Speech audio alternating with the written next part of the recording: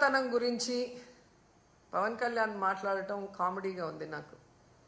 ఎందుకంటే ఒక సినిమా ఇండస్ట్రీలో పవర్ స్టార్గా ఉన్నప్పుడు అది వదులుకొని పాలిటిక్స్కి వస్తే సర్వీస్ చేస్తారని ప్రజలు నమ్ముతారు. కానీ ఏ రోజుకి ఆ రోజు, ఏ ఎండకు ఆ గొడుగు పట్టుకుంటూ తన స్వలాభాన్ని చూసుకుంటూ ప్రజల్ని గాలి కొదిలేయటం ఈ రాష్ట్ర ప్రజలు ఆయన పార్టీ పెట్టిన రోజు నుంచి గమనిస్తున్నారు. ఈ రాష్ట్ర ప్రజలకు కానీ, నీ పార్టీ నాయకులకు కానీ, మీ కులం వాళ్ళకు కానీ మీరు ఏం చేశారని చెప్పండి. ఒక్కసారి మీరు ఎలక్షన్లో మాట్లాడిన వీడియోల్ని ప్లే చేసుకోండి. దాంట్లో ఇచ్చిన ఒక్కటైనా ఈరోజు మీరు చేస్తున్నారో మీరు చూడండి.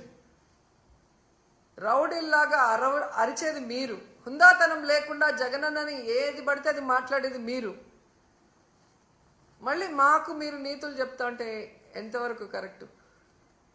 ఈరోజు గవర్నర్ గారి మీద గౌరవం ఉంది కాబట్టి జగనన్న అసెంబ్లీకి వచ్చారు. వచ్చి వినేసి బయటకు వచ్చాం. మీరు ప్రతిపక్ష హోదా ఇస్తే వచ్చి మీరు ఏం తప్పులు చేస్తున్నారు, మీరు ఏ హామీలు ఎక్కొట్టి ప్రజల్ని మోసం చేస్తున్నారో క్లియర్గా చెప్తారు. జగనన్న చెప్పేది తప్పంటే మీకు టైం ఎక్కువ ఇస్తారు కదా, అప్పుడు నిరూపించుకోండి.